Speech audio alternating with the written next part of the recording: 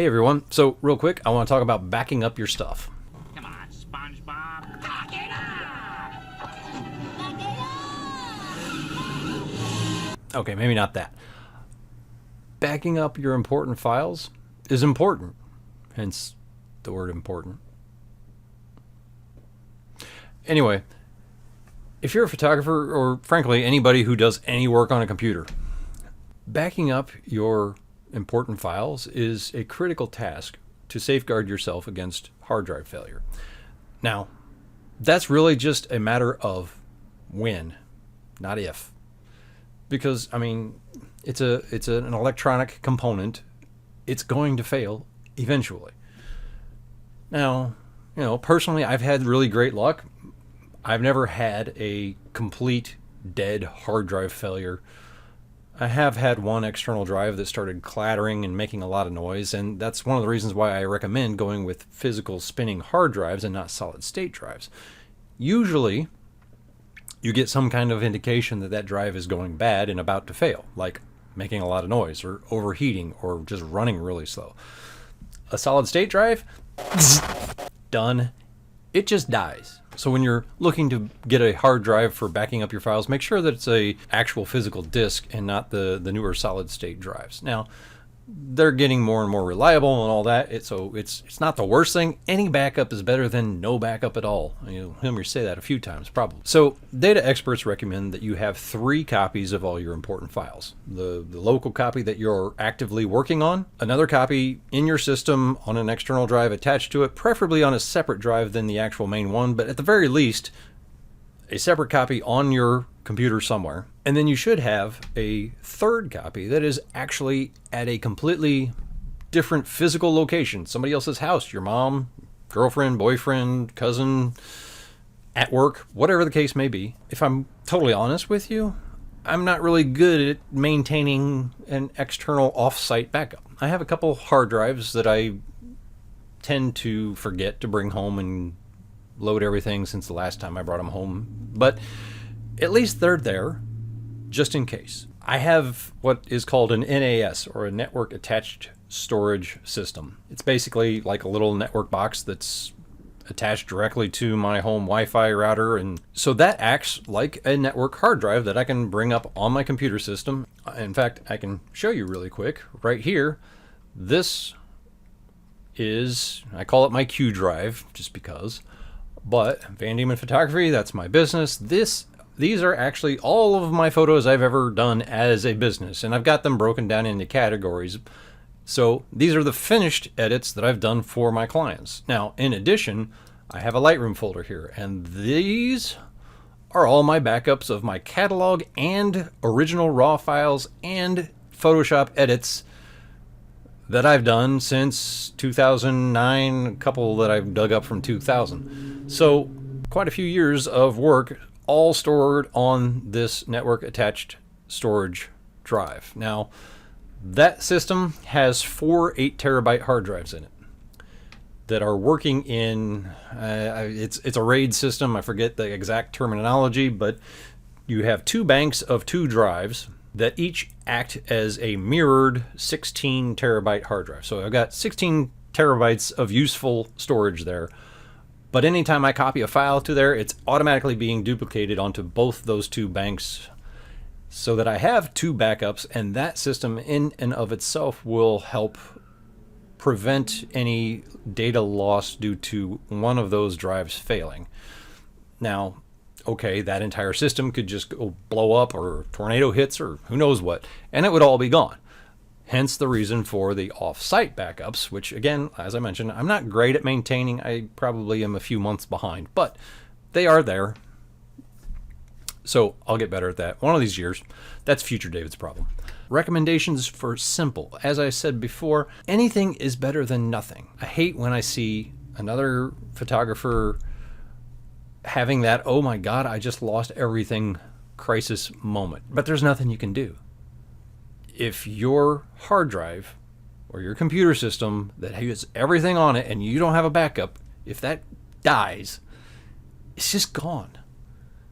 Yeah, there's some data recovery experts. Maybe you can send the hard drive off and get a small percentage of your stuff back, but that's going to cost 10 times what it would cost you to buy an external hard drive and just copy everything over.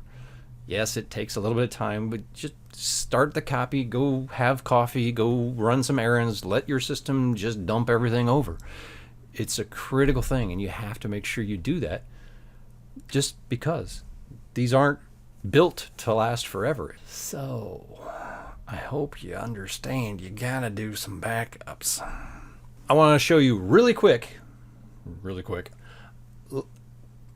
Maybe you don't use Lightroom, but if you do, other systems are fine, whatever, but one of the things Lightroom is known for is generating a catalog and letting you organize your files in a simple way. Now, the default for Lightroom on most systems is to store its library, the library of your actual files that you import off of your memory cards, as well as the catalog in your system's pictures folder. So if we go there into our pictures, you'll see a Lightroom folder.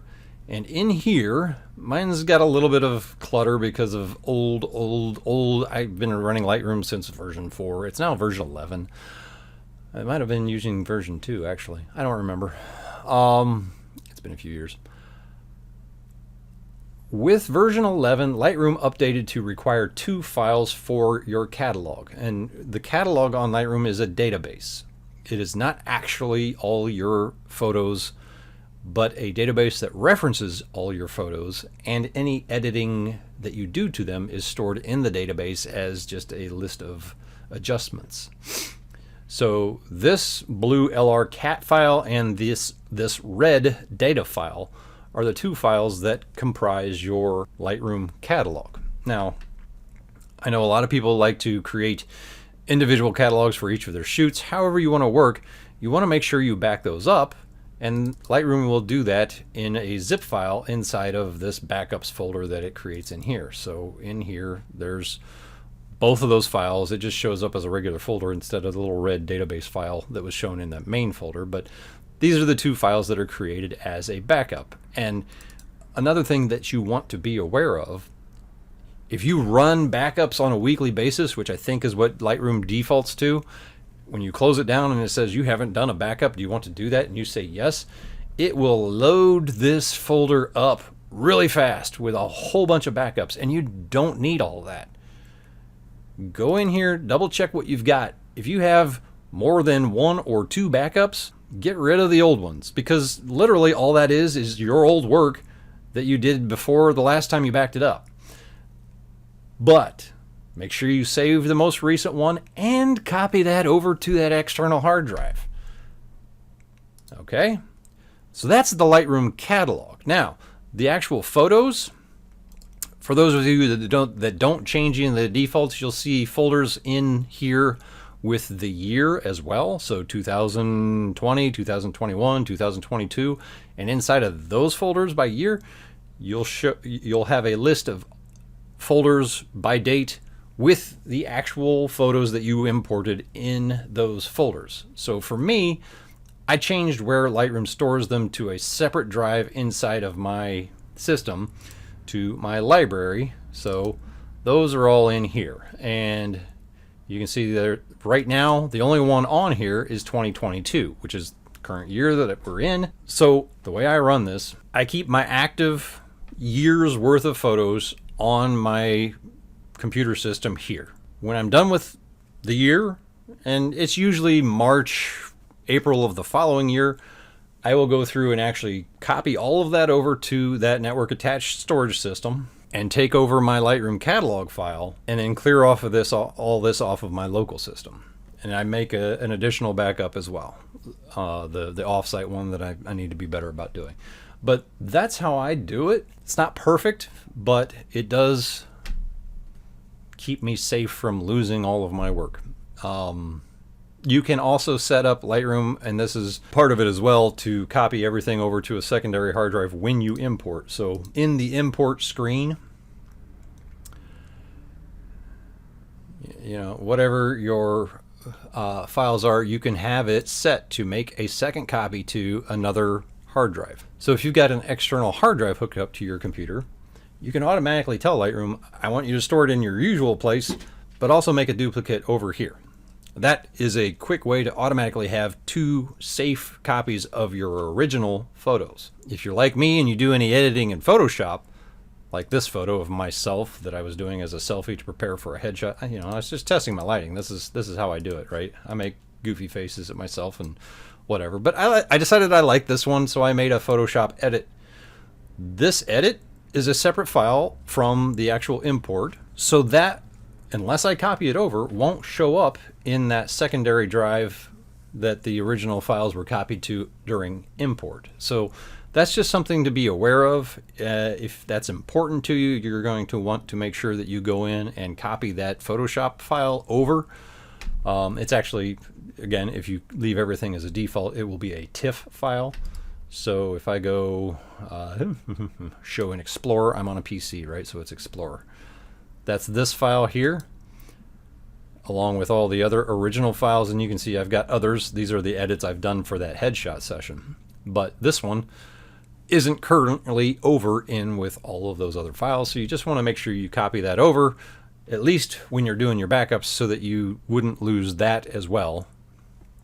Because that Photoshop work, you might be able to recreate it, but it won't look exactly the same. So that was quite a lot, and that's how Lightroom functions as far as the catalogs and the backups and the where your files are at. If you have questions around that, or if you've got something else, feel free to shoot me a message and we'll help you kind of work through where everything's at and how to get that saved safely.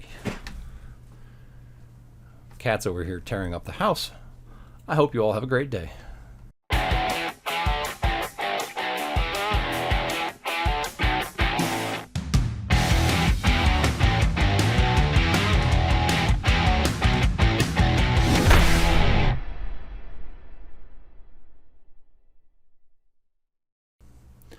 Oh yeah, one more thing. I would be remiss. Who uses that word? Remiss. I'm just coming back to really quick mention the Patreon, because it's kind of a big deal. It's what I'm really working on and hoping, people see the value in it, because honestly believe it's the best way to start learning Photoshop. Yeah, you're probably gonna get sick and tired of hearing me talk about it, but what I found through all my experience in teaching Photoshop is that people learn best when they get to ask questions live. Now, things being what they are and the world the way it is, going into the studio and running a course live and in person in my studio is it's a lot of work. It's challenging. People can't show up. Schedules don't align. Zoom has made that a fantastic process, because we can screen share and I can actually show you all the steps that I would do to edit a photo. So the Patreon is basically a group collective where each month members are encouraged to submit a photo, and we'll pick one to go through as a group, do some constructive criticism and feedback, and I will actually demonstrate different Photoshop techniques that could be used to take that image to the next level. So check it out. The link will be in the video description or somewhere. If you can't find it, send me a message. Happy to share. And let's do some awesome Photoshop work.